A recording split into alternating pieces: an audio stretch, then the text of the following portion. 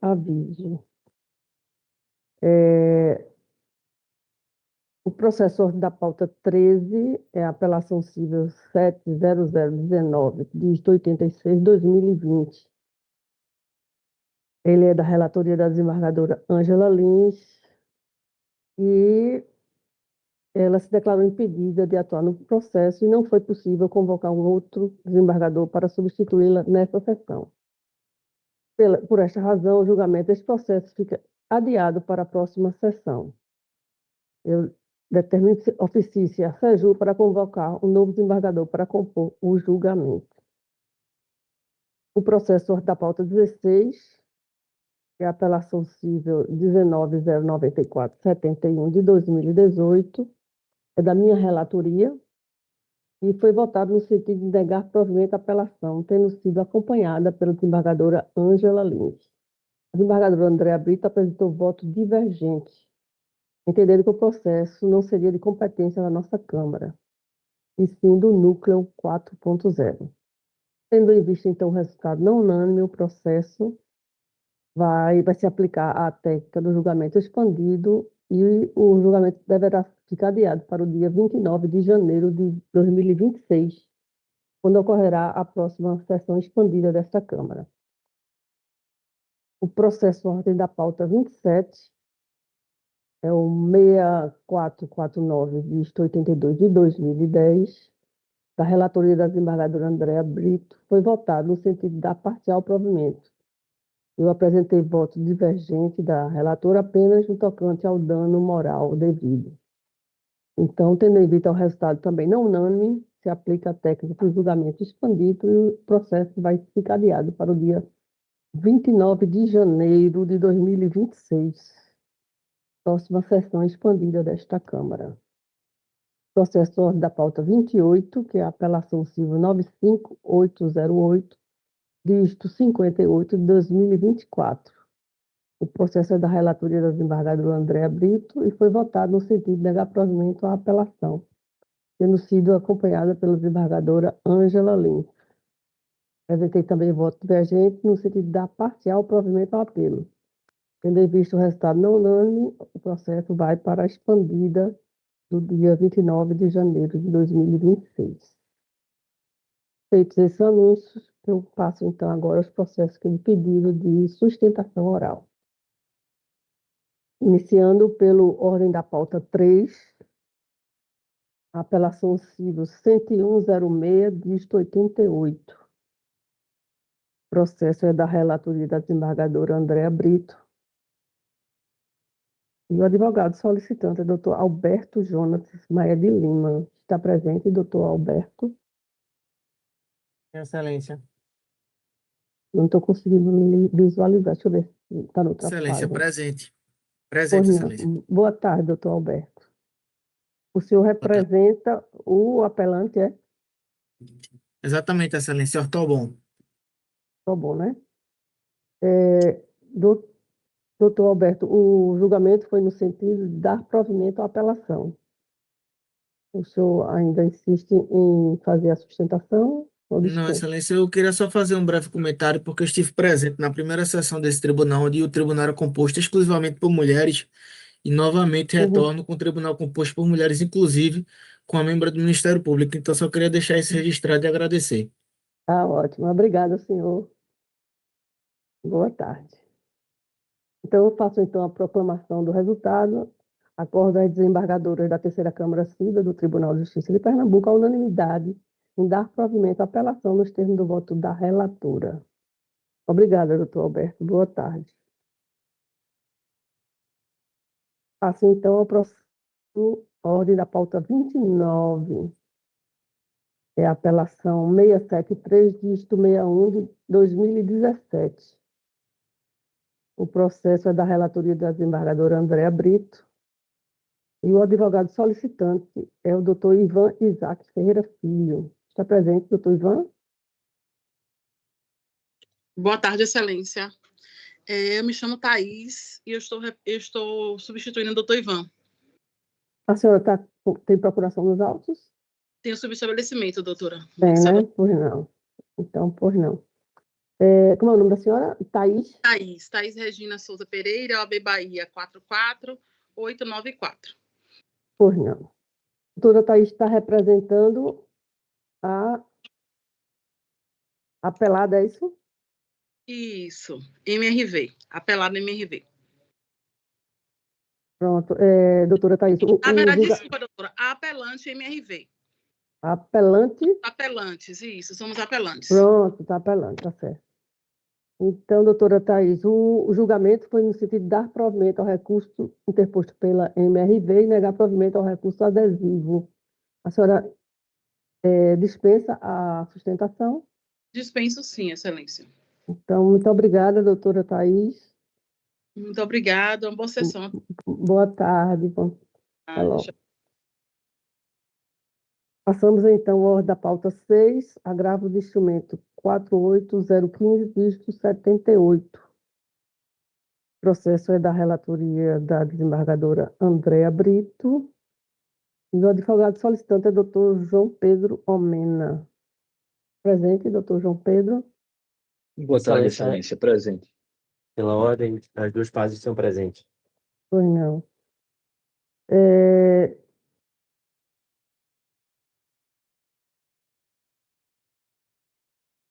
Doutor João Pedro, né? Doutor João Pedro, a decisão gravada no processo versa sobre uma questão incidental, atendendo à produção de provas quanto à validade do negócio jurídico, sem adentrar no mérito da execução. Então, portanto, não se trata de nenhuma das hipóteses do artigo 181 do Regimento Interno do Tribunal e, portanto, foi indeferido o pedido de sustentação oral.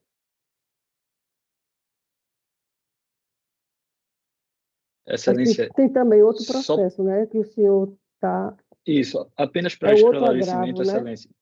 Isso, eu estou pela parte agravada. Em ambos os casos. Creio que o doutor Roberto está representando o agravante. Exato, doutor João, muito obrigado. Você teria alguma questão à parte breve? Eu tenho uma questão de ordem depois. Se você quiser me conceder a palavra, é sobre o caso de pauta 007. Se for sobre o 006... O 06 é esse que a gente pode está se manter na né? chamada, doutor João. Pronto, aí eu vou... Doutor, o 007, caso... né? Perdão, doutora Valéria. O número de pauta 007, ele perdeu o objeto, inclusive eu pedi desistência hoje mais cedo. Fazia sentido à época, porque tinha uma negociação em curso com a empresa que provavelmente ia resolver uma parte do passivo. A empresa, por conta do litígio... perdeu o objeto, é? Perdeu o objeto e eu pedi desistência logo cedo. Pedi desistência. Então eu não... É porque o processo é do desembargador Andréa. Perfeito. Chegou a apreciar o pedido de desistência, desembargadora? Bom, ele já foi feito. Presidente, eu vou, em razão dessa informação, eu vou retirar da pauta para poder analisar o pedido, tá certo? Certo, pois não. Obrigada. Então, pronto, fica retirado de pauta, né? Ele não tem prejuízo nenhum para o doutor João, não é? E a perícia já foi feita, o laudo já foi feito, então, de fato, não tem mais utilidade nenhuma. É isso. Tá ótimo. Isso, doutor. Tomamos ciência da petição acostada agora há pouco nos autos e sem nenhum óbice. Eu identifiquei outro recurso também, doutor João, e eu já vou pedir desistência do outro também, que era sobre o mesmo objeto, e vou ajudar a baixar o acervo da doutora Andréa. Ah, que bom. Maravilha. A cooperação. Então, eu agradeço a ambos os advogados e vamos seguindo aqui. Ó. Boa tarde, bom trabalho a todos. Excelência, apenas para esclarecimento, o acórdão do 006 foi no sentido de não dar conhecimento ao agravo do instrumento diante da... Eu não estou conseguindo abrir aqui. Doutora André, pode ver, porque é da senhora o... Sim. Foi no sentido de...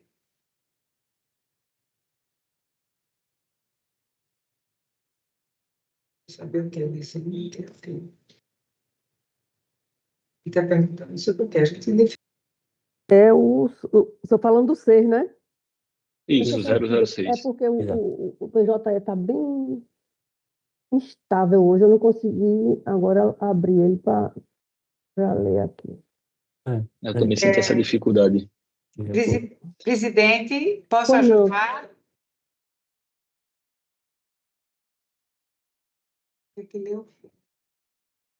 Presentes os pressupostos de admissibilidade e conheço do recurso. Cinge-se a controvérsia à análise do cabimento do agravo interno interposto contra a decisão monocrática que não conheceu de agravo de instrumento, por entender configurada a perda superveniente do objeto diante da convolução da recuperação judicial da empresa agravada em falência. Não, excelência, Inicialmente, pela ordem, esse é outro caso. A senhora Isso. pode estar antecipando o resultado de outra pessoa aqui. Perdão pela intromissão. O desculpe. nosso caso é outro. Tá. É o ordem da pauta 6. Eu não estou conseguindo abrir aqui, deixa eu ver. Então pode. Só um minutinho. O 6 para mim também não aparece. Eu não consegui nem. Está Não, né? totalmente cinza. O PJE está com alguma instabilidade, que eu não sei. Eu vou ler o final do meu Obrigada. voto. Pode ser, presidente? Pode, sim, por favor. Portanto, diante do conjunto probatório e dos elementos indiciários presentes, reputo acertada a decisão do juízo de origem que, atento à integridade e à boa-fé processual, determinou a FERPAR o ônus de demonstrar a rigidez da alienação, sob pena de ser declarada sua nulidade por simulação. Ante o exposto, voto no sentido de negar provimento ao agravo de instrumento, mantendo a decisão agravada. Pronto, então agora eu faço a proclamação que acordo as desembargadoras da Terceira Câmara do Tribunal de Justiça a unanimidade em negar provimento ao recurso, termo do voto da relatora. Muito obrigado, excelência. Obrigada, Boa tarde a todos. doutores. Boa Muito tarde. obrigado, excelências. Boa tarde. Um excelente tarde. trabalho. Obrigada. Passamos, então, à ordem da pauta 10. É o agravo de instrumento 18798, dígito 87/2024. O processo também é da relatoria da desembargadora Andréa Brito e o advogado solicitante é doutor Guilherme Fontes Bechara. Está presente, doutor Guilherme? Boa tarde, excelência presente. Boa tarde, doutor.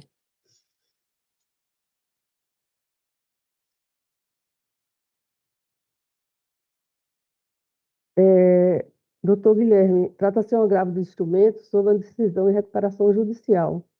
E nos termos do artigo 181.3 do Regimento Interno do Tribunal, é admitida a sustentação oral apenas no julgamento de agravo de instrumento quando versar sobre decisão que examine o mérito da causa ou trate de tutelas provisórias. No caso,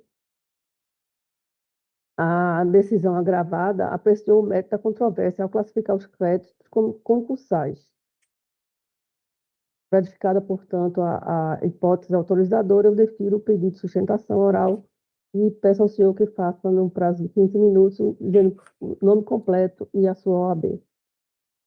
Obrigado, excelência. Guilherme Fontes Bechara, OAB SP 282824. Pode dar início, doutor. Excelentíssima senhora desembargadora presidente Valéria Pereira, excelentíssima senhora desembargadora relatora Andréa Brito, excelentíssima senhora desembargadora Ângela Lins, nobre representante do Ministério Público, prezados colegas advogados, prezados servidores, boa tarde a todos. É uma honra vir nessa tribuna virtual, né, sustentar as razões que, na nossa visão, levam ao provimento do recurso. Em suma, excelências, na recuperação de origem da empresa 1 do Norte, o meritíssimo juiz Acó deferiu uma tutela provisória para suspender o processo de desligamento da recuperanda do quadro associativo da CCE. Esse desligamento da associação tinha como fundamento o descumprimento, né, pela 1 do Norte das obrigações assumidas no âmbito da Câmara. Mais especificamente, ela deixou de pagar uma energia que ela adquiriu de um terceiro. Isso é uma infração regulatória, uma infração às regras de comercialização, que gera a aplicação de uma penalidade pecuniária e também de uma do início de um processo de desligamento, que é um processo que tem um contraditório, que é feito no âmbito da CCE, e depois o interessado pode recorrer administrativamente para a Agência Nacional de Energia Elétrica. Essa tutela, Excelência, foi concedida sob o argumento de que esses créditos, né, esses valores que teriam deixado de ser pagos, principalmente aqueles a título de penalidade, seriam concursais, portanto, seriam reestruturados e, portanto, não poderiam justificar o desligamento. Dos fundamentos usados também pelo meritíssimo juiz Lacó foi a essencialidade da energia elétrica para as atividades da Recuperanda. Pois bem, Excelências, aqui, na nossa visão, a decisão merece reforma tanto pelo aspecto fático, que, com toda a vênia ao meritíssimo juiz Lacó, partiu de premissas equivocadas, como também do aspecto jurídico. Para contextualizar, Excelências, a CCE é uma associação civil. Ela é uma associação criada por lei, pela Lei 10.848/2004, e ela é supervisionada pela ANEEL, pela Agência Nacional de Energia Elétrica. O objetivo primordial da CCE é viabilizar a comercialização de energia elétrica no país. Então, participam, os associados da CCE são os geradores de energia, transmissores, comercializadores e alguns consumidores que têm um porte maior e que podem comprar energia num ambiente que a gente chama de livre. E é o caso da Recuperanda, que ela é uma consumidora tão somente, ela não tem concessão, não tem permissão, nem autorização, ela simplesmente consome energia. A CCE, ela não compra, não vende e não fornece energia, por isso que, com a devida vênia, a primeira premissa da decisão agravada está equivocada, no sentido de que a CCE... o desligamento causaria a impossibilidade de fornecimento de energia. Excelência, essa comercialização de energia ela ocorre em dois ambientes, basicamente. Um ambiente que a gente chama de regulado, que é o nosso, de consumidores comuns, por assim dizer, que a gente não escolhe com quem contrata, né? A gente acende a luz e paga a conta para a nossa distribuidora local. E o ambiente livre, que é onde os consumidores de maior porte podem livremente celebrar contratos de compra e venda de energia. E aí são contratos privados, do qual a CCE não é parte, não interfere no preço, nem nas condições. A grande questão, Excelências, é que o sistema ele é todo interligado. Então, o descumprimento de um contrato, né, o inadimplemento da obrigação de pagar uma energia, não gera simplesmente a suspensão do fornecimento, porque quem produz energia joga essa energia no sistema. Então, esses contratos, essas operações, esses débitos, eles são multilaterais e são rateados por todos os agentes. Então, a A1 do Norte, ao não pagar esse contrato de energia, ela recebeu energia de alguém, e esse alguém recebeu por essa energia. Então, é um mecanismo de rateio que a gente chama de soma zero. E a função da CCE é exatamente fazer essa contabilização, quer dizer, chegar no fim do mês e verificar todas as operações que são de compra e venda que foram realizadas e ver quem consumiu o tanto, quem gerou tanto, e fazer a liquidação financeira. Por que isso é importante? Porque se houver um descompasso nisso, você tem um risco até no mercado não ter energia, né? Se mais gente vender energia que não possui ou se as pessoas não pagarem pela energia. Então, quando alguém não paga, esse débito é rateado por todos os agentes. Hoje, Excelências, para Vossas Excelências terem uma noção desse mercado, são mais de 15 mil agentes que participam da CCE. Mas o importante é isso, ela faz essa contabilização e essa liquidação financeira. Agora, esse inadimplemento, por conta dessa gravidade, ele tem consequências que estão previstas na regulação, principalmente em resoluções expedidas pela ANEEL por delegação legal. E dessas consequências é o desligamento, né? Então, Excelências, tudo isso, todo esse contexto inicial é para dizer a primeira razão que entendemos que a decisão deve ser reformada, que não há um perigo in mora no desligamento.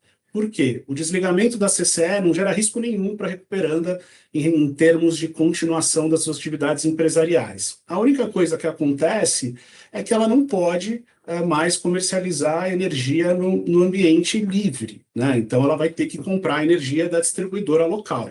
Então, é uma questão de preço. E foi essa exatamente a ponderação do excelentíssimo desembargador substituto, Dario Oliveira, que na decisão que concedeu efeito suspensivo, consignou, abre aspas aqui, vou ler rapidinho, pondere-se que não existe qualquer indício específico no sentido de que o custo a menor concernente ao preço da energia adquirida no ambiente operado pela agravante, no ACL, Ambiente de Comercialização Livre, seja de fato fundamental para a continuidade das atividades empresariais da recuperanda, circunstância que contribui, na primeira visão, para relativizar o entendimento monocrático. Então, o argumento do meritíssimo juiz Wacod, essencialidade do fornecimento de energia, não se aplica, porque aqui não há uma questão, não há um risco de corte, não há uma discussão dessa natureza, como ocorre em outras circunstâncias, quando a discussão é com a distribuidora. E, além disso, excelências, a própria Norte teve que ali restituir valores para a CCE, ela mesma fala que pagou alguns valores de penalidade, e nada disso resultou num problema na continuidade operacional. Então, excelência, na nossa visão, não tem o periculo in mora que justifica a concessão de uma tutela de urgência, de uma tutela provisória. O segundo aspecto, excelências, que é a questão da fumaça do bom direito, são três argumentos, na nossa visão, que justificam a reforma da decisão. A primeira, e aí, novamente, com toda a vênia ao meritíssimo juiz Wacod, é que não cabe ao juízo recuperacional interferir em aspectos regulatórios, né? Esse inadimplemento, esses valores que não foram arcados, eles geram a necessidade de pagar uma multa e geram a necessidade da empresa ser desligada para não gerar um risco sistêmico. Essas consequências regulatórias, elas não podem ser bloqueadas, na nossa visão, pelo juízo recuperacional, até porque isso envolve todo um regulamento expedido pela Agência Nacional de Energia Elétrica. Então, excelências, ainda que haja uma discussão sobre concursalidade ou extraconcursalidade, esse é o próximo ponto, o fato é que a consequência regulatória, que é o desligamento dos quadros da associação, não pode ser obstada, né? Você pode discutir se esses valores serão pagos em dinheiro à vista, no âmbito da CCE, ou se vão ser pagos na forma de um plano, mas a consequência que está prevista na regulação setorial deve conviver harmonicamente com a recuperação judicial, cabendo ao juízo recuperacional, na nossa visão, respeitar a regulação. E aí a gente vai para o segundo argumento, que é exatamente por conta da alta especialização e da natureza particular do mercado de energia, que é um mercado que gera riscos sistêmicos, que esses créditos eles são extraconcursais. Por essa razão, e também por dicção expressa da Lei 11.101. Então, os artigos 193 e 194 da Lei 11.101, da Lei de RJ e Falência, excetuam do regime da recuperação judicial as obrigações assumidas no âmbito das câmaras ou prestadoras de serviço de compensação e liquidação financeira. E a CCE, no fim do dia, ela faz exatamente isso, ela contabiliza essas operações que ocorrem no ambiente de comercialização livre e procede com a liquidação financeira, que é feita ali pelo Banco Bradesco, que é o banco conveniado da Câmara de Comercialização. Então, excelências, por conta desses dois artigos, todas as obrigações que transitam na CCE, elas são extraconcursais, porque, novamente, né, você tem ali uma dinâmica multilateral, uma dinâmica em que o mercado ele opera altamente conectado, porque a energia está aí, né? A gente não consegue carimbar, por assim dizer, que aquela energia veio do Guilherme para o fulano. A energia está no sistema, e aí no âmbito dos contratos de compra e venda, é como se a gente fizesse uma dissociação entre o mundo financeiro e o físico. No mundo financeiro, há toda a contabilização e liquidação no âmbito da CCE, e no mundo físico, essa energia está toda interligada no que a gente chama de SIM, né? Sistema Interligado Nacional. Então, excelências, essa multilateralidade e o fato de se tratar de obrigações que transitam no âmbito da Câmara geram uma extraconcursalidade. E aí, por conta da extraconcursalidade, entendemos que o argumento da decisão agravada também cai por terra, porque os débitos extraconcursais devem ser adimplidos e podem ser cobrados independentemente do curso da recuperação judicial. E aí, novamente, eu me socorro aqui da decisão do efeito suspensivo, que bem mencionou que a CCE não se sujeita ao processo de insolvência sob pena de se prejudicar todo o mercado de comercialização de energia elétrica do país. E o último argumento, excelências, já caminhando aqui para o fim da minha sustentação, tentando usar menos do que os 15 minutos, é que essa decisão, excelências, no fim, ela nada mais é do que uma intervenção indevida no âmbito de uma associação. Então, na nossa visão, ela viola o princípio da liberdade associativa, porque não cabe, na nossa visão, obviamente, com todo respeito ao juízo Acó, ao juízo interferir nas regras de admissão e exclusão de associados. Essas regras, excelências, elas são públicas, elas estão previstas no estatuto, elas estão previstas na regulação, e todo associado, todo consumidor que deseja operar no ambiente livre, deseja se associar à CCE, tem que anuir com essas regras. Então, não cabe ao judiciário, até ali pelo artigo 5º, 12 minutos, obrigado, estou na última frase aqui, obrigado pelo aviso. Não cabe ao juízo interferir. Então, até a gente se socorre aqui também do julgado da ministra Nancy Andrighi, num caso da própria CCE, recurso especial 1.990.219, em que se consignou lá que o efeito prático da pretensão da recuperanda equivale a determinar sua adesão compulsória à CCE, o que vai de encontro ao texto constitucional e resulta numa interferência estatal no funcionamento de uma associação que é vedado. Então, excelências, por essas razões, respeitosamente, pedimos a reforma da decisão, o indeferimento da tutela pretendida pela recuperanda, para que, então, seja ali determinado o prosseguimento do processo de desligamento e a apropriação dos recursos que estão lá depositados em juízo, que calcionaram o valor dessa penalidade. Obrigado, excelências.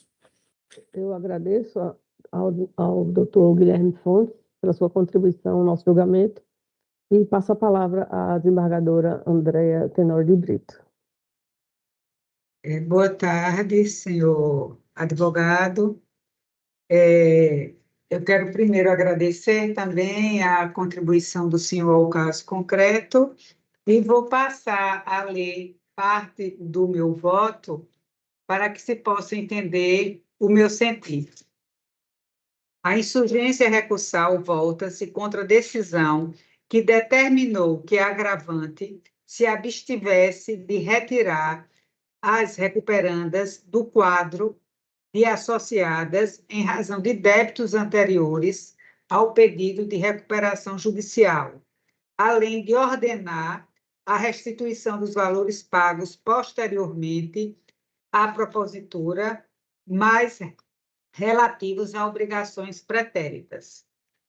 Por outro lado, o agravante sustenta que seus créditos têm natureza extraconcursal nos termos do artigo 193 e 194 da Lei 11.101/2005, por decorrerem de penalidade apuradas no âmbito de Câmara de Compensação e Liquidação Financeira, cuja rigidez não poderia ser comprometida. Alega ainda inexistir processo formal de desligamento em curso contra as recuperandas.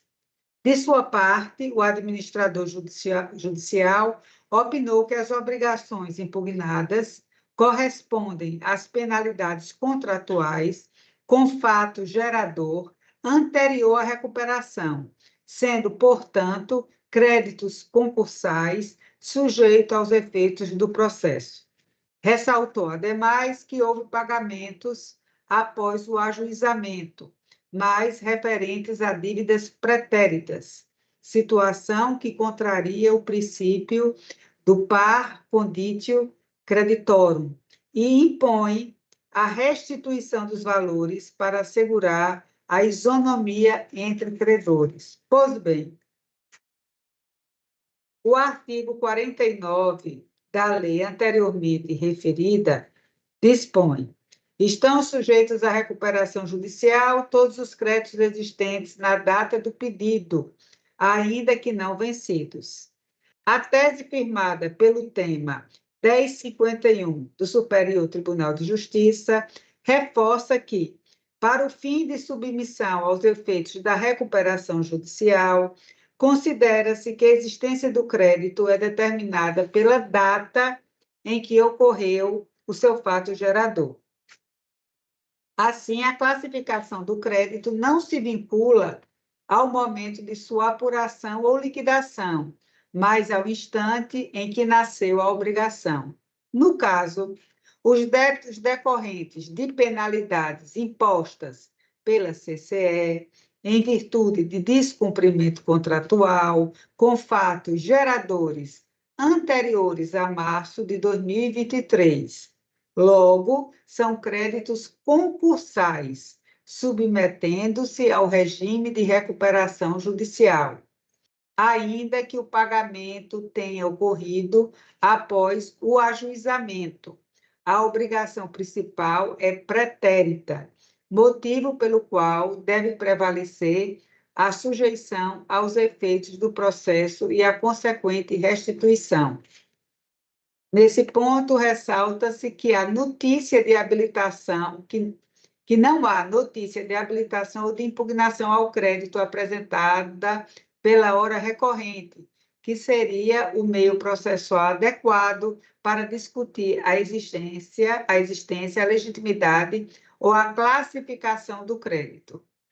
Ao se abster de utilizar a via própria para tal finalidade, deixou de instaurar a necessária controvérsia no juízo universal, o que enfraquece a tese recursal sustentada. Diferente solução deve ser dada quanto a eventuais débitos posteriores à recuperação. Esses, sim, possuem natureza extraconcursal nos termos do artigo 67 da Lei 11.101 de 2005. Todavia, o caso dos autos trata de valores devidos antes da recuperação e pagos posteriormente, que não se enquadram nessa exceção. Nesse sentido, destaco o trecho da manifestação do administrador.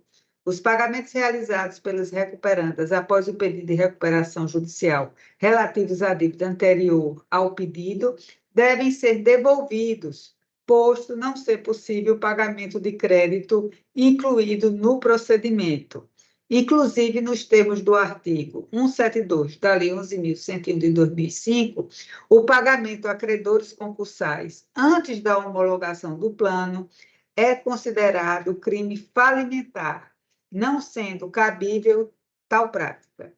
Quanto à alegação de impossibilidade de interferência judicial sobre a estrutura associativa, assevere-se que a restrição para que se abstenha de retirar as recuperandas do quadro está vinculada apenas aos débitos objetos da recuperação.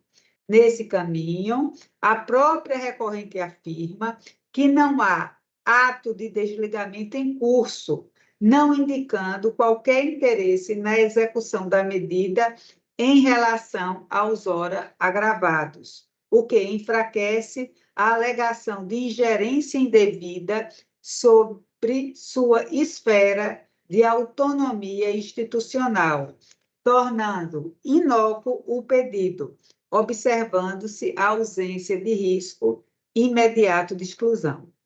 Além disso, a medida judicial em exame não impõe vínculo compulsório agravante, mas apenas preserva, em caráter temporário e em razão da natureza do crédito, a manutenção das agravadas como associadas, apenas com vinculação ao débito objeto de discussão, em conformidade com os objetivos da recuperação judicial e com a função social da empresa, bem como considerando a essencialidade do insumo energético para a continuidade da atividade.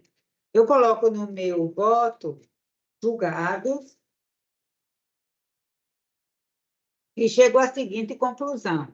Portanto, O comando judicial recorrido encontra respaldo legal e jurisprudencial, porquanto preserva a igualdade entre credores e evita o favorecimento de um em detrimento dos demais.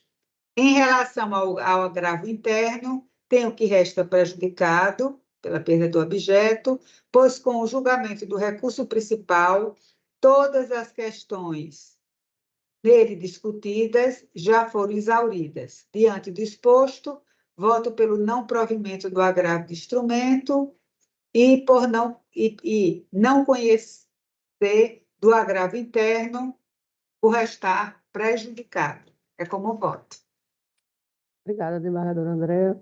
O processo já se encontra votado no sistema, então eu faço a proclamação do resultado. Acordo a desembargadora da Terceira Câmara Civil do Tribunal de Justiça de Pernambuco a unanimidade em negar provimento ao recurso nos termos do voto da relatora. Agradeço, doutor Guilherme Fontes. Agradeço, excelência. Só esclarecimento de fato, há sim uma impugnação. Sei que já está votado, mas só esclarecimento. Agradeço. Tá bem, obrigada. Uma boa tarde e bom trabalho Boa a todos. tarde, obrigada. Passamos, então, ao processo ordem da pauta 17, é o 6879, dígito 36 de 2017. O processo é da minha relatoria e a advogada solicitante é a doutora Mirela Sotomayor de Melo. Boa tarde, Excelência, tudo bem? Boa tarde, doutora. Doutora Mirela, é isso? Isso. Boa tarde, doutora Mirela. A senhora está pela... Eu estou pela mesa oceânica, pelada. Pelada, né? Pois não.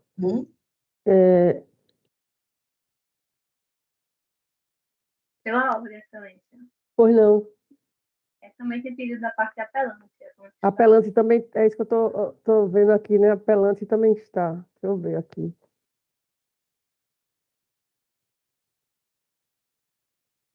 A doutora Gabriela Dantas, é isso? Sou eu. Então, doutora Gabriela, então a senhora pode dar início, então, a senhora, a sua sustentação pelo prazo de 15 minutos. O nome completo e OAB. Obrigada, Excelência. Meu nome completo é Gabriela Dantas Portela, OAB 43531. Eu represento a Pelana, que é tanto que está. Senhora desembargadora Valéria Pereira, senhora desembargadora Ângela Cristina, senhora desembargadora Andréa Epaminondas, representante do Ministério Público, mais colegas advogados, boa tarde. Excelências, o caso dos autos é o seguinte. A minha cliente, a empresa Atlântico Estado, ela presta serviços de embarcações marítimas, com consertos e vendas de sucatas, inclusive com a coleta de resíduos marítimos, que é o caso dos autos. Que a empresa diversa, a autora da demanda e a apelada, a Mesa Oceânica, ela trabalha com transporte de cargas marítimas. E ela teve uma de suas embarcações, a embarcação chamada Navemar 12, naufragada. Foi um naufrágio ocorrido ali em Recife e Fernando de Noronha, no ano de final do ano de 2016. Então, diante desse naufrágio, a empresa Meso contratou a minha clínica para fazer serviços que se chama de cerco da embarcação, que é basicamente cercar, sinalizar para que não aconteça outros acidentes com outras embarcações ou animais, e fazer um monitoramento diário daquele naufrágio, porque se houver vazamento de gasolina, óleo ou qualquer outro resíduo, pode causar dano ambiental, e isso é possível de uma multa gravíssima. Então, os serviços da Atlântico conseguem cercar a embarcação e fazer esse monitoramento diário. E esse monitoramento diário ele é feito por técnicos, é uma equipe que vai de navegadores, técnicos, fotógrafos, fazem essa verificação, faz o relatório, fotografa e assina. Esses são os serviços que são prestados. Então, como é que surge a presente LIDE aqui que a gente está tratando?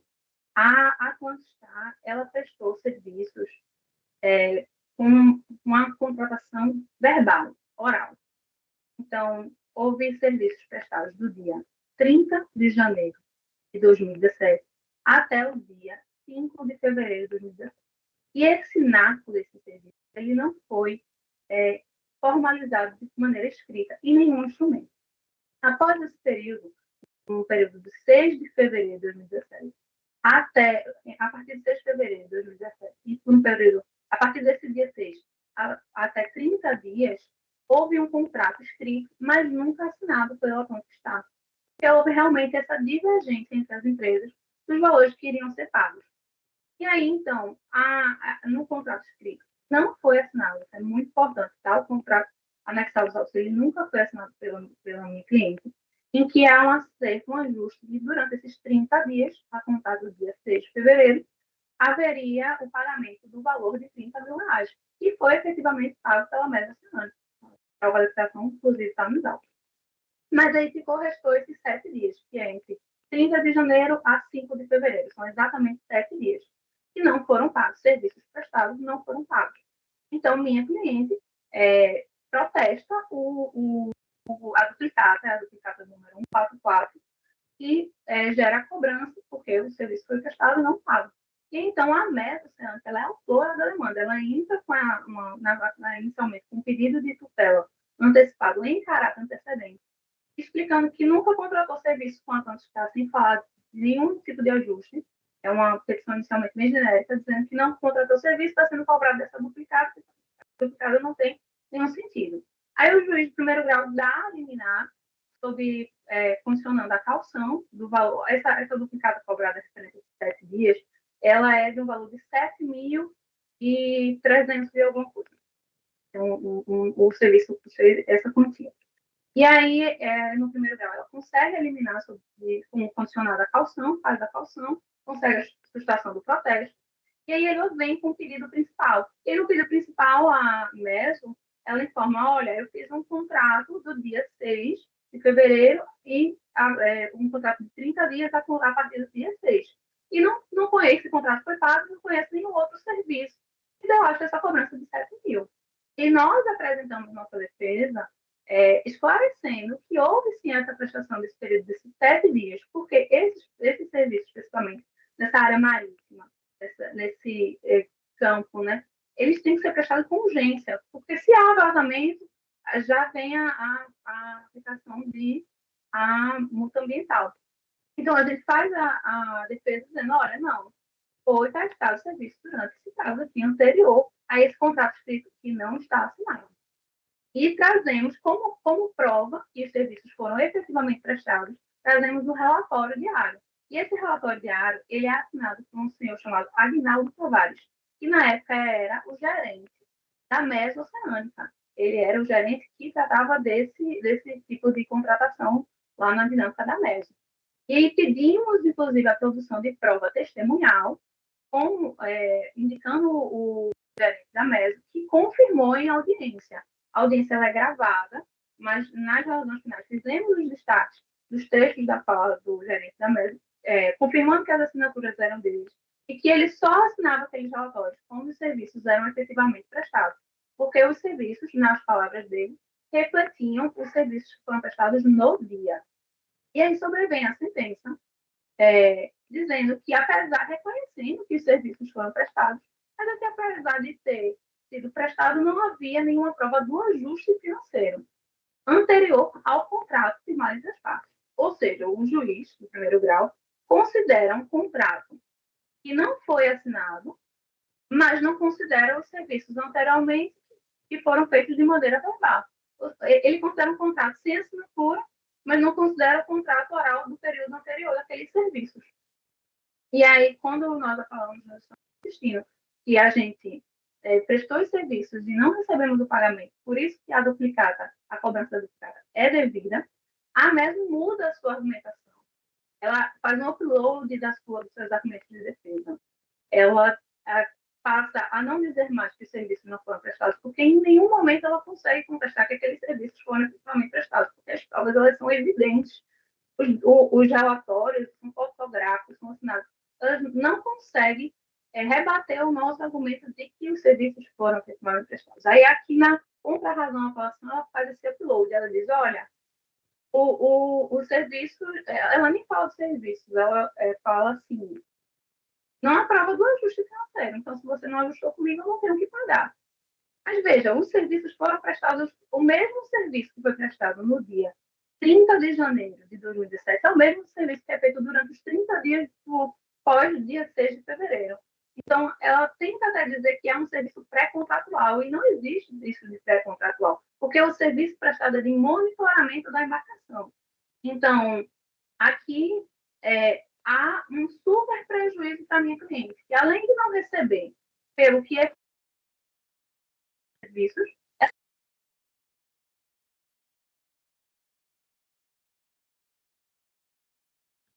teve a prestação dos seus serviços a seu favor e agora alega desconhecer qualquer ajuste verbal que tenha realizado com a contestável. E aqui eu encerro minha sustentação oral, rogando que seja dado provimento à apelação da contestável, se essa é a única forma de fazer justiça, porque os serviços, a prova de serviços são evidentes e a MESO não consegue justificar que os serviços não foram prestados. Não há que se falar em ausência de contratação por escrito, porque essa contratação nunca existiu em nenhum período, todo o contrato foi realizado de forma oral, e com essa, espero e aguardo que seja dado provimento à nossa apelação. Agradeço, queria encerrar minha sustentação realmente fazendo dizendo quanto estou feliz de participar nessa Câmara, que é composta só por mulheres, inclusive advogadas, representantes do Ministério Público, desembargadoras. Eu realmente fico muito feliz com esse novo cenário, que é tão raro, e faço meus votos que em um futuro próximo seja muito mais frequente. Obrigada. Obrigada, doutora Gabriela, pela sua sustentação e pela referência feita. Eu passo, então, a palavra à doutora Mirela Mello, pelo prazo de 15 minutos, doutora. Boa tarde, Excelência. Mirela Sotomayor de Mello, OAB-PE, número 52298. Excelentíssimas doutoras desembargadoras, ilustre representante do Ministério Público, demais colegas advogadas. Com a devida venho a esta tribuna virtual na qualidade de advogada da apelada Meso-Oceânica Serviços e Embarcações Limitadas, para reafirmar a irretocabilidade da sentença proferida pelo juízo de primeiro grau. Uma decisão precisa, bem fundamentada, e que enfrentou de forma direta, técnica, todos os pontos controvertidos. A discussão dos autos cinge-se sobre a legalidade ou a própria existência do débito que originou o protesto da duplicata de número 144, no valor de R$ 7.377,39. A apelante, Atlantic Star, sustenta que a cobrança seria legítima, decorrente de supostos serviços emergenciais que foram prestados no período compreendido entre 30 de janeiro e 5 de fevereiro de 2017. Ocorre que as partes firmaram um contrato de prestação de serviços que teve início no dia 6 de fevereiro de 2017. Esse contrato tinha um valor global de R$ 30 mil e foi integralmente quitado pela apelada, conforme os comprovantes que foram juntados aos autos. Desde o início, a apelada negou categoricamente a contratação desses serviços extras. E a instrução de primeiro grau confirmou exatamente isso. Não há qualquer prova de que tais serviços foram contratados ou aceitos. A duplicata, se sabe que a duplicata é um título causal. Ela só existe se houver um negócio jurídico anterior, uma compra e venda ou uma prestação de serviços. O ônus da prova, nesse caso, é da apelante, e ela não trouxe absolutamente nenhuma comprovação que demonstrou uma relação negocial prévia a essa contratação que ocorreu somente no dia 6 de fevereiro de 2017. A alegação de que foi um serviço emergencial, por si só, não cria obrigação. O contrato formal que disciplina toda essa relação não menciona encargos retroativos, não há qualquer aviso, comunicação, nem tampouco aceite, ordem de serviço, nada. O que se vê é uma tentativa tardia de imputar à apelada um custo que nunca foi pactuado e que só apareceu após o término da relação contratual. Como bem destacou o juízo de piso, trata-se de uma cobrança arbitrária. E mais, a própria documentação da apelante não se sustenta. A nota fiscal tem um valor, a duplicata tem outro, sem qualquer explicação para essa diferença. Essa inconsistência reforça a ausência de lastro e a improcedência da cobrança. Em relação aos danos morais, a apelante também busca afastar a condenação por danos morais, alegando de maneira simplória que pessoa jurídica não pode sofrer dano moral. Mas o STJ já já consolidou o entendimento pela súmula 227 que a pessoa jurídica pode sim sofrer dano moral. Além disso, o protesto indevido causa dano in re ipsa, ou seja, presume-se o prejuízo porque o ato por si só compromete a credibilidade da empresa, afeta seu nome no mercado e interfere diretamente em suas relações comerciais. Foi exatamente isso que ocorreu. A apelada teve seu nome protestado de maneira indevida por um débito inexistente que jamais teve qualquer aceite, sofreu abalo à sua reputação comercial e o valor fixado pelo juízo ACO de R$5.000 é moderado, proporcional e alinhado com os parâmetros jurisprudenciais desse tribunal. A sentença ponderou a extensão do dano, o porte da empresa e o caráter pedagógico da medida. Não há para que se reduzir o quanto arbitrado. Em relação aos honorários sucumbenciais, a sentença fixou-os em 10% sobre o valor da condenação. Diante do provável desprovimento do recurso, do trabalho adicional realizado pelos advogados dos apelados, é aplicável a majoração prevista no artigo 85 do CPC para o patamar máximo permitido de 20%. Excelências, a sentença é tecnicamente correta, juridicamente sólida e amparada pelas provas no processo. Por todos esses motivos, a apelada requer total desprovimento da apelação, com a manutenção integral da sentença, inclusive no valor da indenização por danos morais e a majoração dos honorários sucumbenciais em atenção ao trabalho recursal realizado. Muito obrigada pela atenção e encerro minha sustentação com isso. Agradeço a doutora Mirela Mello pela sua contribuição ao julgamento e vou fazer apenas um resumo do meu voto. A controvérsia devolvida a este colegiado restringe-se a 2 pontos: que a prova suficiente da contratação dos serviços alegados pela recorrente no período de 30 de janeiro de 2017 a 5 de fevereiro de 2017, de forma a legitimar a emissão de protesto da duplicata número 144, no valor de R$ 7.377,39, e se é cabível a condenação por danos morais em favor de pessoa jurídica diante do protesto indevido reconhecido pelo juízo de origem.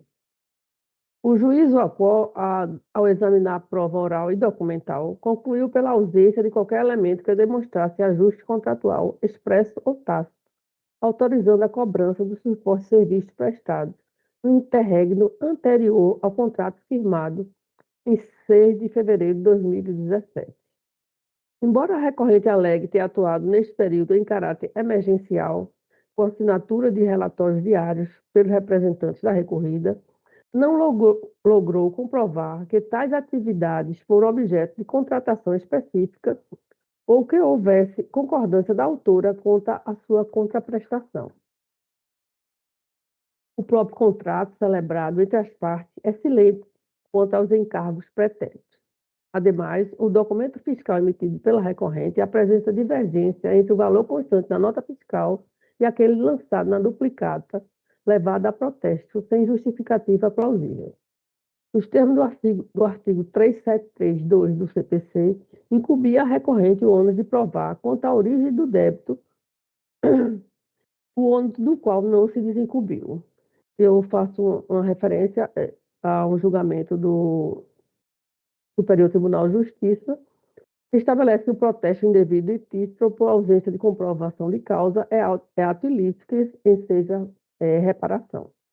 Diante desse cenário, correta a sentença ao reconhecer a inexistência da dívida e determinar o cancelamento do protesto. O valor atribuído ao juízo, pelo juiz ao COD, de 5.000, considerando a extensão dos danos e a repercussão do ato, a capacidade econômica das partes e o caráter pedagógico da condenação mostra-se adequado e proporcional, não comportando redução ou majoração. Diante do exposto, meu voto foi no sentido de negar provimento à apelação, mantendo integralmente a sentença proferida, inclusive tocante ao quanto indenizatórios o quanto indenizatório é estabelecido. O processo se encontra já julgado no sistema e eu faço, então, a proclamação do resultado. Acorda a desembargadora da Terceira Câmara Civil do Tribunal de Justiça de Pernambuco a unanimidade nos termos do voto da relatora. Eu agradeço a doutora Gabriela, a doutora Mirella, por estar conosco aqui nesta tarde de julgamento. Boa tarde a todos. Excelência. Passo, então, agora ao processo ordem da pauta 18, apelação civil 2683-18 de 2014. O processo também é da minha relatoria e tem pedido de sustentação oral pelas duas partes, apelante e apelado.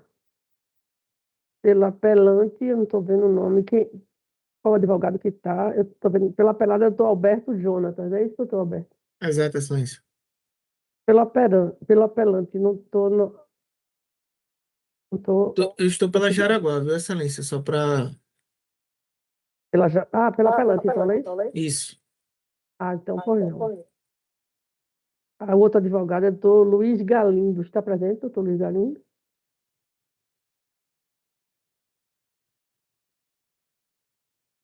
Acho que não, né?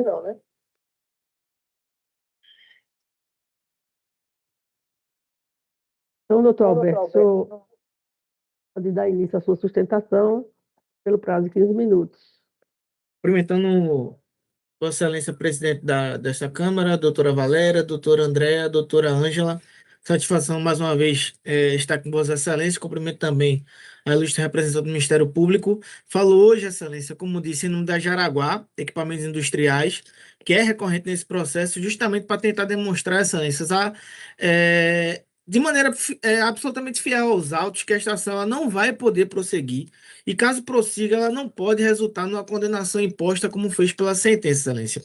Objetivamente, é uma ação proposta pela Cloparc que indicou que existe uma suposta inadimplência de aluguéis e danos ao imóvel e também requereu uma multa contratual à nossa cliente. A Jaraguá, Excelência, desde a contestação, isso é importante deixar claro, ela reconheceu que existem apenas 2 meses de aluguéis pendentes, já com o abatimento da caução que foi apresentada no início da operação, e demonstrou também, Excelência, que o valor ele já estava incluído em uma recuperação judicial que foi deferida desde 15 de julho de 2014, Excelência. Então, apesar disso, a sentença, no nosso entender, equivocadamente, condenou a Jaraguá a pagar os aluguéis de junho a dezembro de 2013, pagar danos materiais com base em fotos e um orçamento feito de forma absolutamente unilateral e também a pagar a multa contratual de 3 aluguéis. Então, entendemos que essa sentença não se sustenta por algumas razões. Primeiramente, Excelência, entendemos que houve perda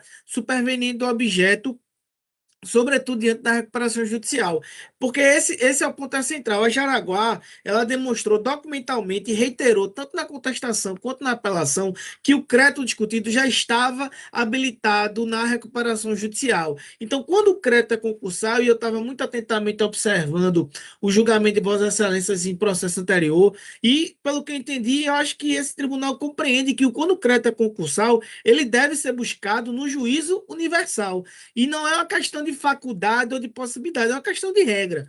Então, a sentença ela afastou a preliminar alegando haver divergência nesses valores, mas justamente por haver divergência, Excelências, o crédito é ilíquido. E se o crédito é ilíquido, ele não pode ser cobrado numa ação individual. Justamente, doutora Valéria, doutora Andréa, doutora Ângela, por uma questão de par condito creditório, de dar a possibilidade dos credores terem iguais oportunidades de recebimento e não apenas o credor, o devedor poder ter condições de arcar com esse tipo de obrigação. Então, entendemos, Excelência, que homologado o plano de recuperação, ocorre inovação e a ação perde objeto e não tem mais interesse recursal. A Excelência Jaraguá, ela tem mais de um processo que tramita em seu desfavor. E em abril de 2014, em abril de 2025, a 4ª Câmara Civil do Recife, que foi o desembargador Carlos Frederico de Moraes, ele rejeitou uma ação e acolheu na oportunidade a apelação justamente por reconhecer a ausência de interesse de agir e extinguiu a ação sem resolução do mérito, uma demanda que foi proposta na mesma época. Veja, essa ação foi proposta em 2015, essa ação também foi proposta em abril de 2015 contra a Cefontora de Maldonado. Então, é o mesmíssimo caso, a Quarta Câmara já se pronunciou no sentido de extinguir o processo sem resolução do mérito. Pois bem, ultrapassado essa questão, Excelência, existe uma questão, como eu disse, de falta de interesse processual. Por quê? Porque a autora quer cobrar valores anteriores ao deferimento da RJ e o que, de algum modo, não pode seguir o plano que a Jaraguá se propôs. Então, existe, Excelências, aqui, como eu disse, a total falta de interesse. Superando essas questões preliminares, Excelência, os danos materiais, eles não têm prova alguma, tem fotos tiradas e escaneados pela própria autora, orçamentos elaborados unilateralmente, então não há um laudo, não tem perícia, não tem confirmação de que as avarias realmente existiram, não há uma comprovação de que os reparos foram feitos e sequer houve exercício pleno do contraditório. E mais, a Jaraguá, Excelência, ela requereu perícia na constatação e a sentença afirmou, abre aspas, as partes nada requereram. Então isso não corresponde ao que tem nos fatos, a condenação, Excelência, não resiste a nenhum tipo de prova que passe por um contraditório válido. E, como eu disse, as fotos não provam o dano, os orçamentos não provam o valor, os danos foram absolutamente, os documentos foram produzidos unilateralmente e não há aqui nenhum outro documento que tenha sido produzido na instrução por um terceiro imparcial. Além disso, a sentença, como eu falei, condena a Jaraguá por aluguéis dos meses de junho a dezembro de 2013. Contudo, a parte apelada, ela não comprovou esse período.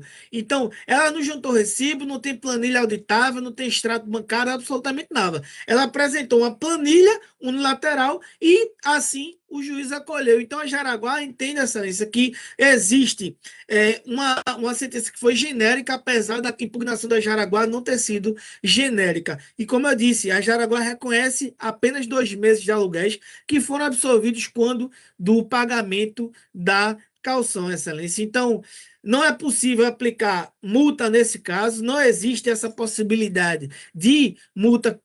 Não obstante existe a previsão contratual, o suporte fático que sustenta essa multa, ele não existe.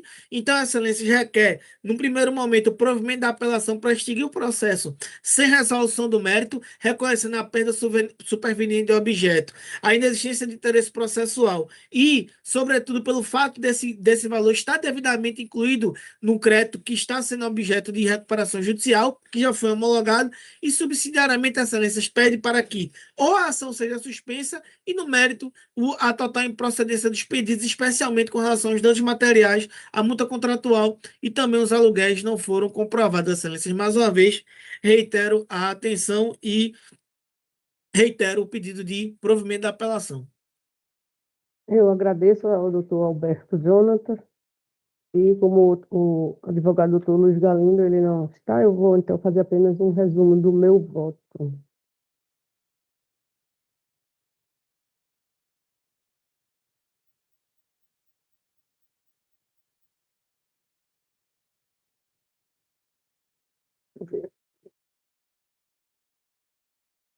A parte apelante requereu em sede recursar o deferimento do benefício da justiça gratuita, fundamentando seu pedido na grave crise econômica e financeira que passa em razão de estar submetido a um processo de recuperação judicial. Conta dos autos que foi determinada a comprovação da hipossuficiência da apelante apresentou a petição juntando os balanços patrimoniais, extratos bancários e documentos correlatos, evidenciando a ausência de liquidez e a dificuldade de arcar com as despesas processuais sem prejuízo da sua atividade empresarial. Nesse sentido, foi deferido o pedido de gratuidade da justiça formulado pela apelante.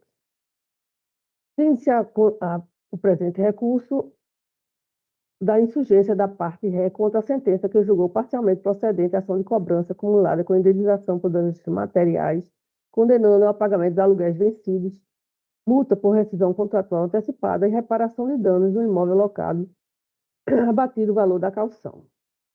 A apelante sustenta, em sede preliminar, a ausência de interesse processual da parte autora sobre o argumento que o crédito objeto da presente ação deveria ter sido submetido ao processo de recuperação judicial em trâmite na 7ª Vara Civil da Comarca de Sorocaba. A preliminar, contudo, não comporta acolhimento. A controvérsia recursal refere-se à exigibilidade da obrigação contratual, cuja constituição e exigibilidade ocorreram após o julgamento da recuperação judicial, razão pela qual o crédito não se submete aos efeitos do plano à luz do disposto no artigo 49 na Lei 11.101 de 2005.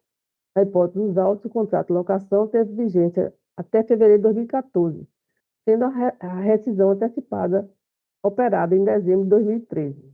O pedido de recuperação judicial foi ajuizado pela apelante em junho de 2014, tendo o processamento sido deferido em 15 de julho de 2014.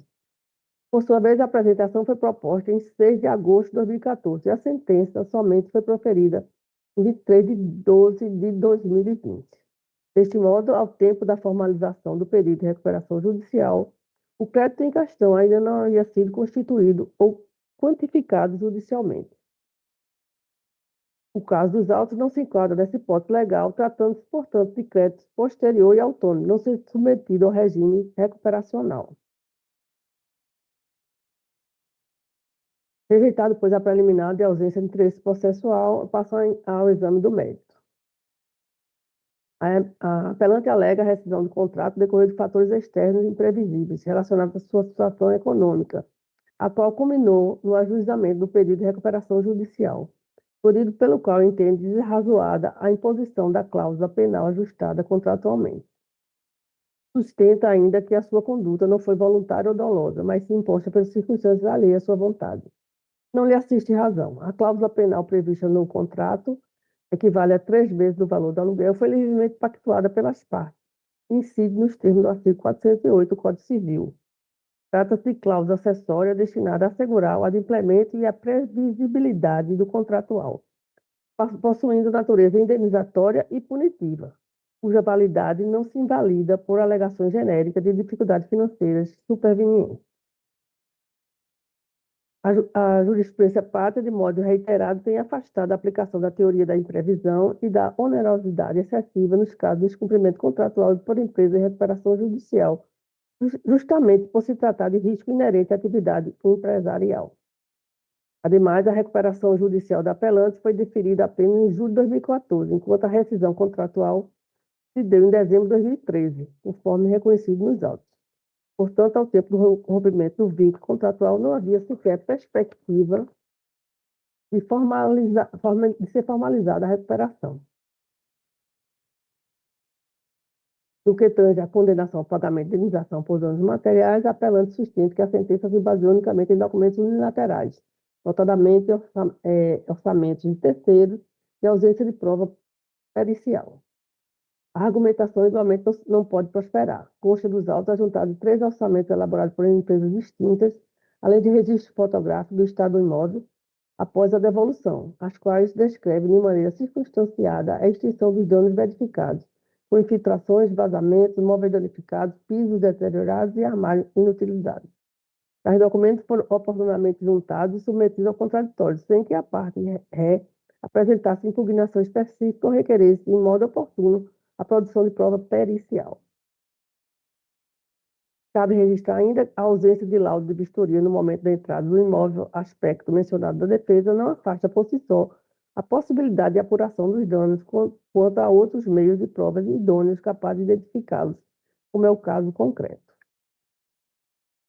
No caso, a sentença encontra devidamente fundamentada a prova documental juntada aos autos, notadamente os orçamentos detalhados e registrados, fotografias das avarias do imóvel, bem como a inércia da parte ré em produzir contraprova ou impugnação específica capaz de afastar a verossimilhança dos elementos apresentados pela autora. Trata-se, pois, de valoração legítima e devidamente motivada, pautada na análise crítica e objetiva das provas disponíveis. Desta forma, verifica-se que as razões recursais não infirmam os fundamentos da sentença e corretamente reconheceu a validade da cláusula penal contratual e a suficiência das provas documentais para a condenação em danos morais. Assim, mostra-se adequada a manutenção da sentença em sua integralidade, por se encontrar em conformidade com os elementos dos autos, com os princípios aplicáveis à espécie. Nesse sentido, o meu voto foi no sentido de negar provimento à apelação e mantendo integralmente a sentença do primeiro grau por seus próprios fundamentos. O processo também já encontra-se votado no sistema. E eu passo, então, a proclamação do resultado. Acorda a desembargadora da terceira Câmara Civil do Tribunal, a unanimidade em negar provimento à apelação nos termos do voto da relatora. Eu agradeço, doutor Alberto Jonathan, pela sua participação aqui conosco no julgamento. Agradeço, excelência, bom trabalho a todos. Obrigada.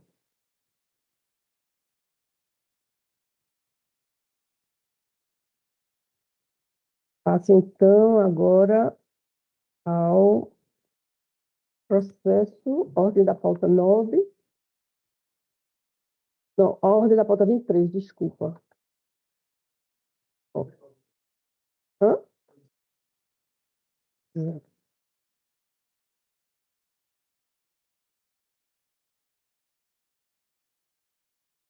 É aqui, né? Eu me perdi aqui, gente. Desculpa, é a ordem da pauta 19. Ah, certo. Não, o advogado não vai fazer sustentação, fui informada aqui. Então, eu vou só fazer a proclamação. É a ordem da pauta 19, é o embargo de declaração no agravo de instrumento 111.40, dígito 85 de 2019. O processo é da minha relatoria e fui informada que o advogado não vai fazer sustentação. Então, eu vou fazer apenas a proclamação do resultado. Acordo do desembargador da terceira Câmara Civil em conhecer e rejeitar o embargo de declaração nos termos do voto da relatora. Passo, então, ao processo da pauta 20, é a apelação civil 15.885, dígito 22, 2020. O advogado solicitante é a doutora Ana Carolina Borba Lessa. Doutora Valéria, boa tarde. Boa A tarde. doutora Ana está com uma indisposição e aí juntamos um subestabelecimento em meu nome, Marivalda Amanda Costa da Silva, por volta do meio-dia de hoje. Pois não, doutora. Obrigada. Então, a senhora vai fazer a sustentação Pelos apelantes. pelos apelantes, não é isso? Isso. É o espólio, é isso? Isso mesmo. O espólio é Novo Rumo. Processo da pauta 20. Pois não, então a senhora pode dizer seu nome completo, a OAB pode dar início à sustentação. Obrigada, excelência. Pois não. Meu nome é Marivalda Amanda Costa da Silva, OAB 45659. Bem, excelências, boa tarde, antes de tudo. Cumprimento as doutoras desembargadoras, na pessoa da presidente e nossa relatora, da relatora do processo, nossa presidente, né, dessa sessão, a doutora Valéria, assim como cumprimento também os demais colegas aqui presentes e os auxiliares da Justiça.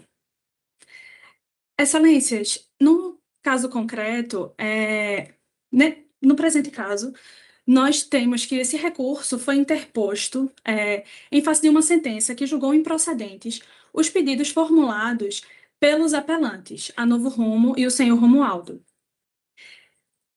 O principal ponto que trazemos, que destacamos em nossas razões recursais, diz respeito ao cerceamento do direito de defesa dos apelantes, o que faz com que, consequentemente, a sentença apelada seja nula em nosso entendimento. Isso porque, excelências, ao longo da instrução processual, os apelantes requereram a produção de provas testemunhal, pericial, documental suplementar, a fim de esclarecer alguns pontos, alguns aspectos da relação mantida entre as partes, entre o espólio do senhor Romualdo, né, o senhor Romualdo à época, a Novo Rumo e a Capricórnio Têxtil.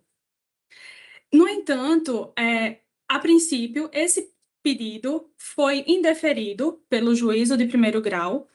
Em face dessa decisão de indeferimento da produção dessas provas requeridas, foi interposto um agravo de instrumento, que foi julgado por essa Câmara, essa terceira Câmara. No entanto, esse julgamento do agravo de instrumento se deu por volta do final de abril de 2021, e a sentença foi proferida em meados de 15 e 16 de agosto do mesmo ano. Uma diferença de 16 dias aproximadamente, de 15 e 16 dias. Então, o que se teve foi, a sentença foi proferida antes que houvesse a comunicação do resultado do julgamento do agravo de instrumento, o qual foi no sentido de provimento do agravo para a realização das provas que haviam sido requeridas pela Novo Rumo, pelos apelantes. Em razão dessa...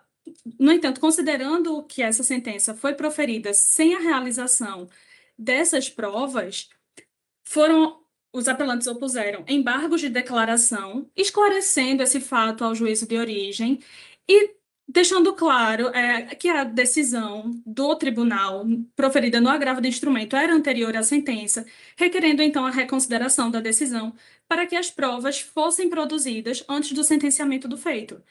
No entanto, apesar disso, apesar de ter sido notificada toda a situação ao juízo de origem, a sentença foi mantida. No entanto, excelências, em nosso entendimento, é inegável que houve aqui um claro descumprimento do acórdão proferido nos autos do agravo de instrumento, com a violação direta ao contraditório e à ampla defesa, uma vez que os apelantes, no final das contas, foram privados do direito de produzir as provas que já haviam sido deferidas por essa terceira Câmara e que jamais puderam ser produzidas junto ao juízo de primeiro grau, em razão dessa sentença proferida, que agora é apelada. Então, excelências, por essa razão, requer-se preliminarmente o reconhecimento da nulidade da sentença apelada. Há um outro ponto, um segundo vício, que também destacamos em nosso recurso, que é o fato de a sentença ter sido proferida de forma extrapetita.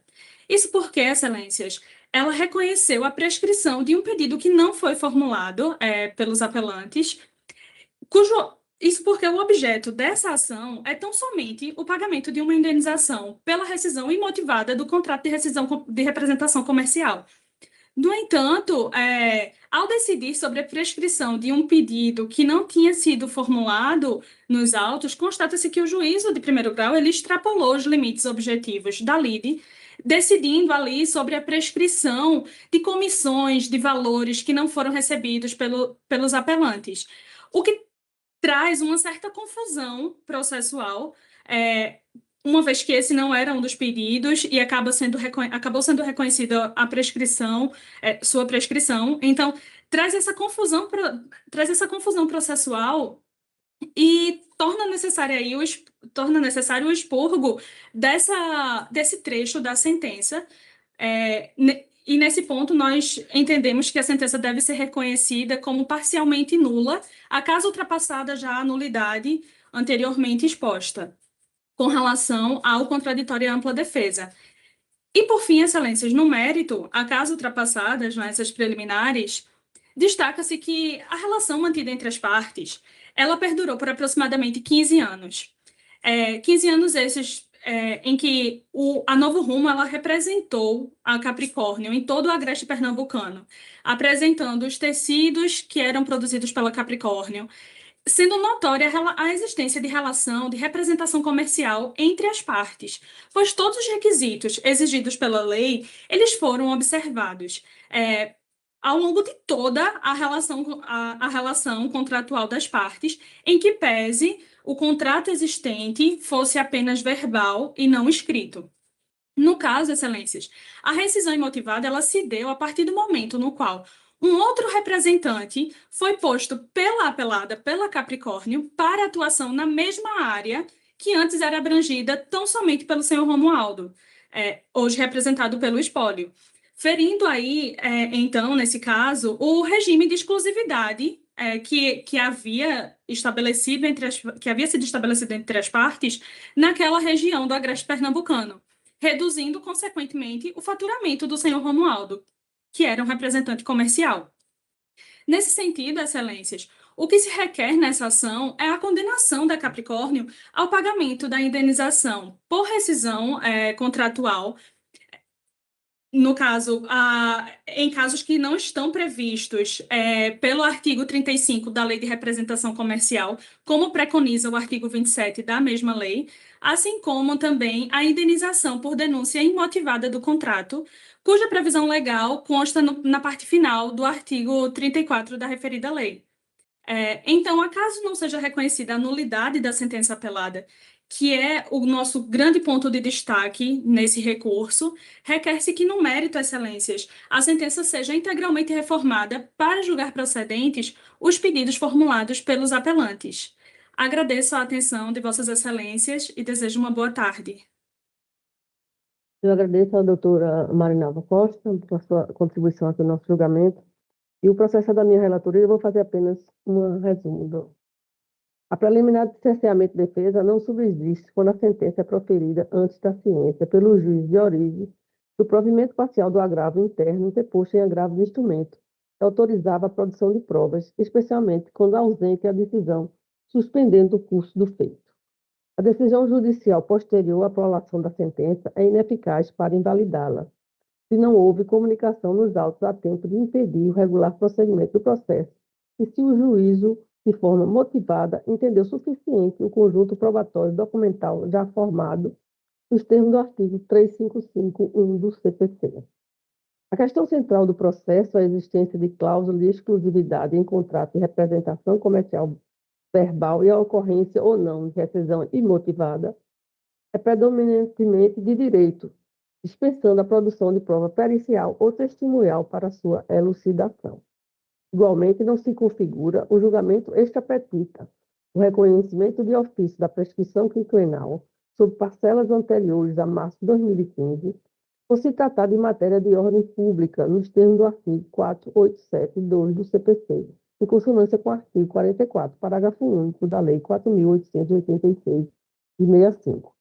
A exclusividade na representação comercial não se presume e deve constar expressamente do contrato, consoante o artigo 31, parágrafo único da Lei 4.886. Inexistindo pacto expresso ou prova inequívoca, inaplicável à regra de comissão por exclusividade.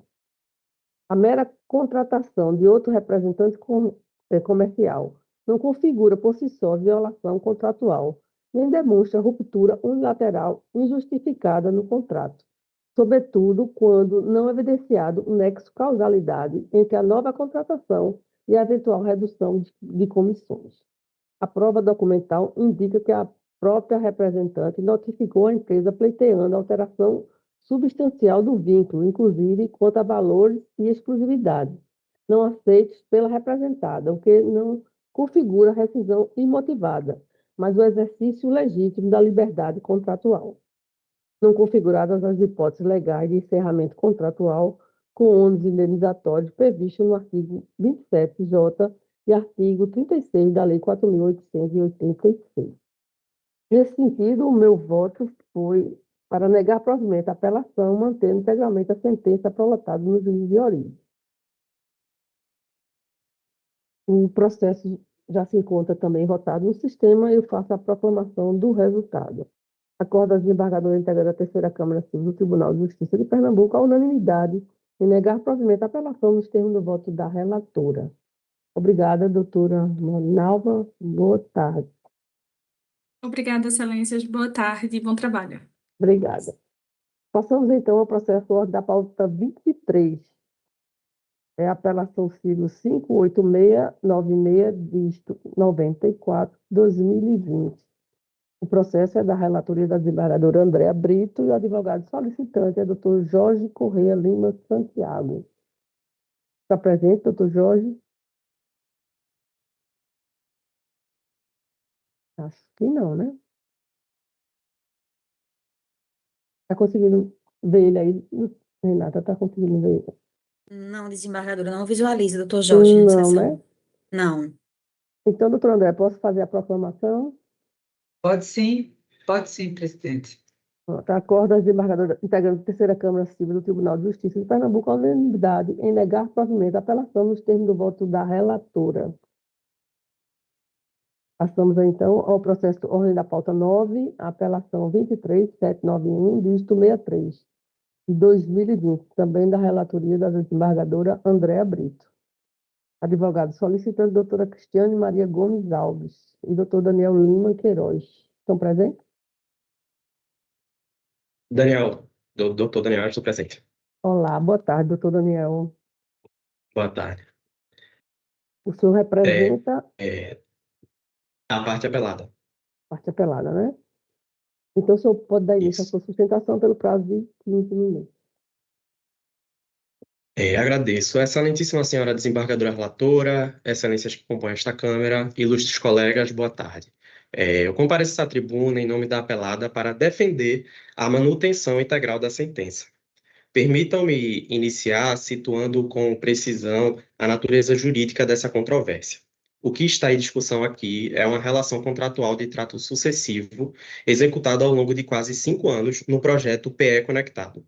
Durante todo esse período, de julho de 2015 até meados de 2020, a apelada prestou regularmente seus serviços técnicos, mas nenhum reajuste contratual anual foi aplicado, apesar de ter sido expressamente negociado, reconhecido e proposto pelas próprias apelantes. Essa é a causa de pedir remota, a prestação continuada sem o reajuste anual, gerando desequilíbrio econômico e financeiro do contrato. A causa de pedir próxima é igualmente nítida, o inadimplemento contratual da obrigação de reajustar, produzindo enriquecimento sem causa, dentro da própria relação contratual. Então, assim, não se trata, nem nunca se tratou de responsabilidade civil extracontratual, tampouco de enriquecimento sem causa autônomo.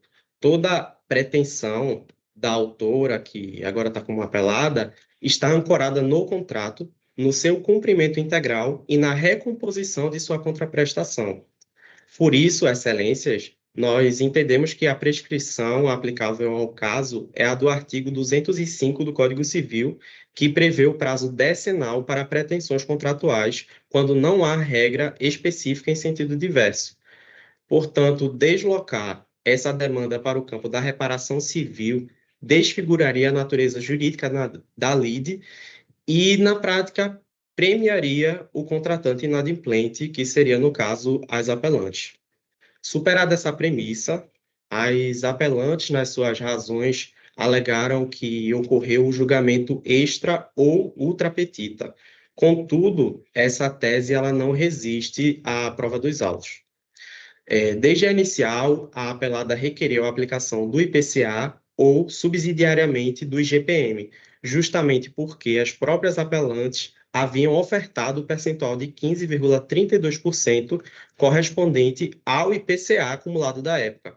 Essa oferta consta nos autos em e-mails oficiais juntados, enviados pelo gestor responsável pelas negociações contratuais e jamais foi impugnada pelas apelantes quanto à sua autenticidade ou ao seu conteúdo. A prova testemunhal instruída no processo também segue no mesmo sentido. Na oitiva do senhor Carlos, ele declarou que negociar esses reajustes contratuais fazia parte de uma de suas metas, confirmando que havia tratativas concretas, percentuais discutidos e reconhecimento expresso das apelantes da necessidade da recomposição desse contrato. Portanto, ao juízo original adotar os índices na sentença de 7% ou 15,32%, ambos propostos pelas próprias apelantes, não houve inovação, tampouco critério novo pelo juízo. O juízo não extrapolou a lide, ele simplesmente acolheu a solução mais fiel à causa de pedir e a prova produzida nos autos. Foi uma aplicação direta do artigo 322, parágrafo 2º, e artigo 492 do CPC, que autorizam ao magistrado a interpretar logicamente o pedido e dar solução adequada ao caso dentro dos limites fixados pela narrativa fática. Também não prospera a alegação de legitimidade passiva da apelante atos, porque as provas instruídas no processo revelam que houve uma operação integrada e gestão conjunta e indiscriminada das duas empresas no mesmo núcleo contratual. a própria testemunha ouvida reconheceu que tratava conjuntamente dos contratos das apelantes. Portanto, a solidariedade definida na sentença decorreu da realidade fática operacional das apelantes e não de presunção do juízo. Quanto à alegação do suprécio, igualmente não há espaço para esse acolhimento, porque a suprécio exige inércia qualificada e aqui, no caso concreto, ocorreu exatamente o oposto. A apelada reiterou por anos a necessidade desse reajuste, foi atendida, recebeu contrapropostas das apelantes, mas jamais teve o reajuste efetivado. Então, assim, não há perda de direito quando há exercício contínuo de sua pretensão. Excelências, todo o conjunto probatório converge para a manutenção da sentença, então, por essas razões, requer-se o desprovimento integral da apelação. Muito obrigado.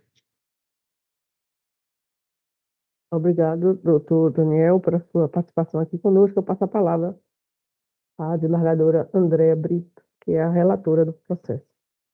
Boa tarde, doutor Daniel. Eu vou fazer um resumo aqui do meu voto para que o senhor compreenda o meu sentir no caso concreto, certo? Certo. O cerne do apelo consiste na alegação de que a sentença incorreu em vício de julgamento extra petita, uma vez que o magistrado de primeiro grau teria ultrapassado os limites da causa de pedir ao fixar índices de reajuste diversos daqueles previamente pleiteados na inicial, bem como na questão da ilegitimidade passiva da empresa Atos Brasil Limitada. Quanto à preliminar de ilegitimidade passiva da Atos, entendo que não merece acolhida, embora as apelantes sustentem que a empresa supramencionada não participou originalmente da contratação, restou evidenciado nos autos que, após a aquisição da Unif, a Atos Brasil Limitada passou a integrar efetivamente a relação contratual, participando das tratativas posteriores e se apresentando perante a apelada como parte contratante. A documentação apresentada no caderno processual, notadamente nos IDs 3301-6651, 3301-6650, 3301-6649 e 3301-6648 demonstra que houve sucessão empresarial e que a Atos assumiu as obrigações decorrentes do contrato firmado originalmente pela Unif, configurando-se hipótese de responsabilidade solidária no âmbito do grupo econômico. No que tange ao mérito recursal, contudo, devo divergir da conclusão do magistrado singular por questão de ordem processual fundamental. Ao analisar detidamente a causa de pedido deduzida na exordial, verifico que a apelada requereu expressamente o reconhecimento da necessidade de reajuste contratual pelo IPCA ou, alternativamente, pelo IGPM, conforme se extrai da inaugural. Tal rogo se apresenta específico e determinado quanto aos índices pretendidos, não deixando margem para interpretação diversa. Ocorre que o magistrado sentenciante, conquanto tenha reconhecido a necessidade do reajuste contratual, conclusão com a qual concordo integralmente, fixou como critério de atualização o reajuste de 7% do valor do contrato ou 15,32% do valor da prestação, o que for mais benéfico à escolha da autora. Percentuais estes que, segundo a própria fundamentação sentencial, foram oferecidos pelas apelantes durante as tentativas negociais. Tal decisão, data vênia, configura julgamento extra petita, porquanto o julgador concedeu prestação jurisdicional diversa daquela efetivamente postulada na inaugural, bem como não consensualmente ajustada, aplicando critério de reajuste ao seu talante.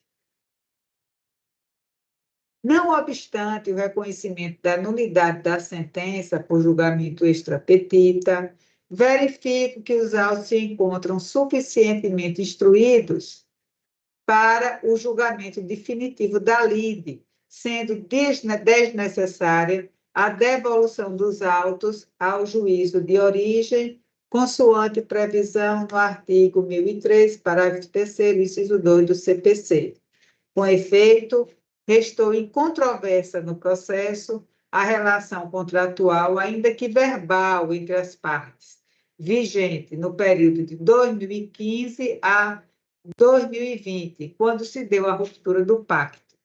Por outro giro, tem-se que incide prescricional parcial sobre a pretensão da empresa Afria Serviços em Tecnologia da Informação, à luz do que disciplina o artigo 206, parágrafo 3º, inciso 4 do Código Civil, o qual define prescrever em 3 anos a pretensão de ressarcimento de enriquecimento sem causa.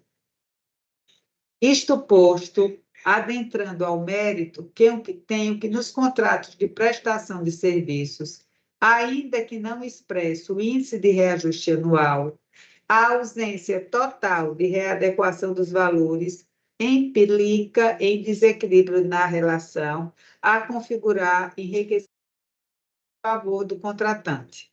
Assim, no ponto, agiu acertadamente o togado sentenciante ao reconhecer a necessidade de recomposição da quantia, com amparo na principiologia que veda o enriquecimento sem causa e dita a preservação do equilíbrio contratual.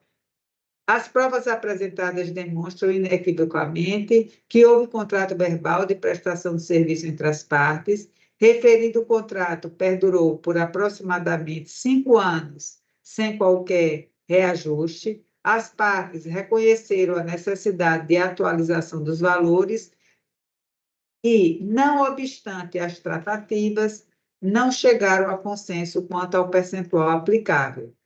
Tendo em vista que a apelada requeriu expressamente a aplicação do IPCA como índice de reajuste, e considerando que tal índice representa o indicador oficial da inflação no Brasil, medido pelo Instituto Brasileiro de Geografia e Estatística, IBGE, que reflete adequadamente a variação de preços de um conjunto representativo de bens e serviços consumidos pelas famílias brasileiras, creio ser este o critério mais adequado para a atualização dos valores contratuais.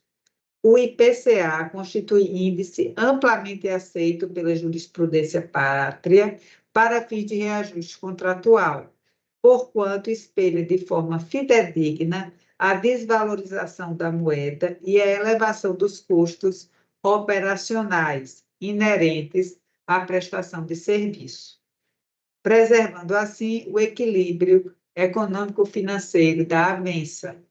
Ante o exposto, voto no sentido de dar provimento ao recurso para anular a sentença recorrida na parte em que fixou os percentuais de reajustes e declarar prescrita a pretensão de reaver valores relativos ao período que anteceder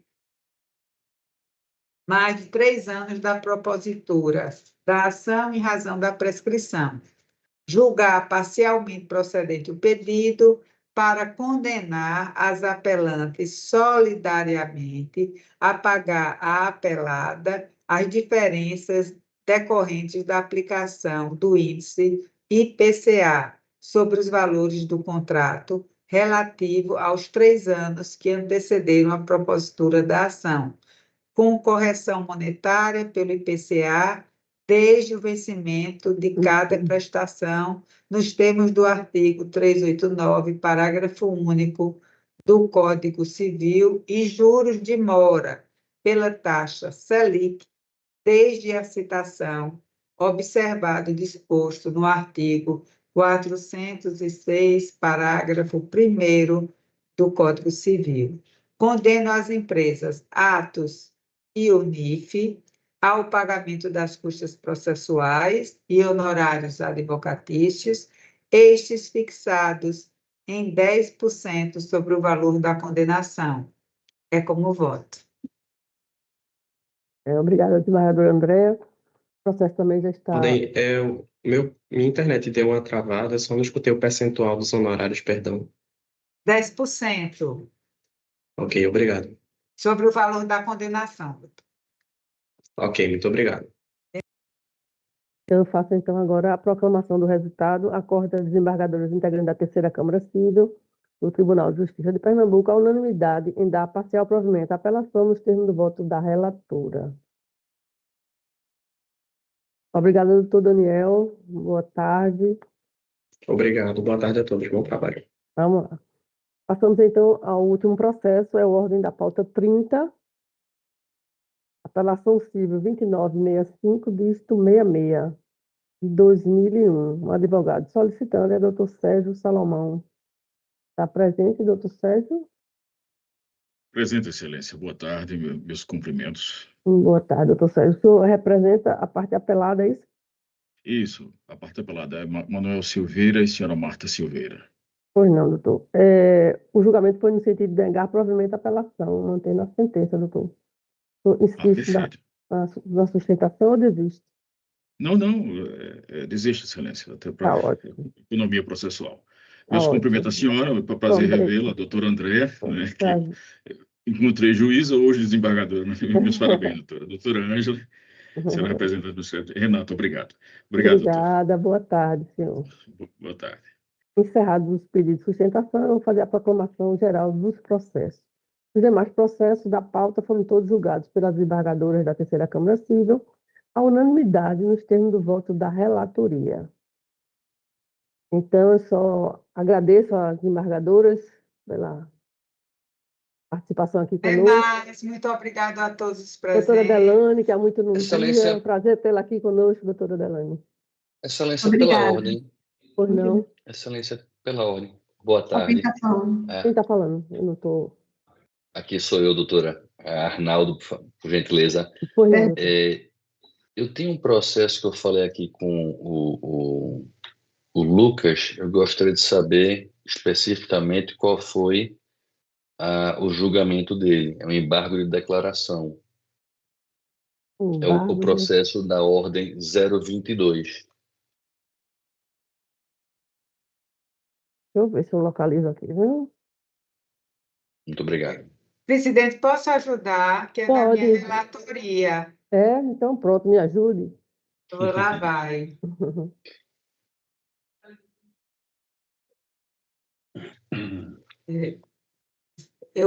O voto foi no sentido de rejeitar o presente recurso.